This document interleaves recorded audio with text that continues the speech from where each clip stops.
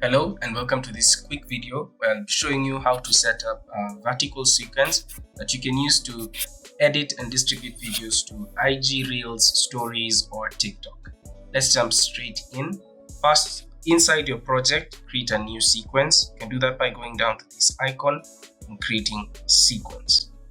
Now this will bring you the sequence dialog box, but what we want to do is go to the settings tab, editing mode, change that to custom. So just scroll up and go to custom. The time base, this is the time base or the frames per second in which your video belongs to or in which you want your sequence to have. I'm going to choose 24 frames per second. Now at the frame size, we need to change that from 1920 to 1080 and flip it on its own so that it's 1080 to 1920. This should give you an aspect ratio of 9:16.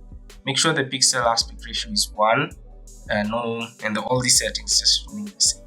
Now, if this is just a one-off thing and you're making a vertical video once and you don't think you're going to make it again, you can just go ahead and rename your sequence to, let's say, something like vertical project and press OK. But if you see yourself making more vertical videos in the future, it would be easier to just save this as a preset. So click on the Save Preset button, give it a name, let's call it a vertical sequence. And you could give it a description, it's not mandatory, but let's just call it a full HD vertical sequence for IG, Reels, Stories, or TikTok. Okay, and press OK.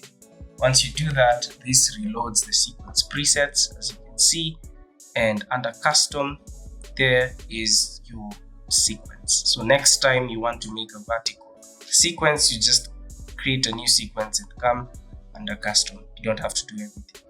You press OK, you see that it brings a window and it has a vertical aspect ratio, and you can start editing your videos on the timeline.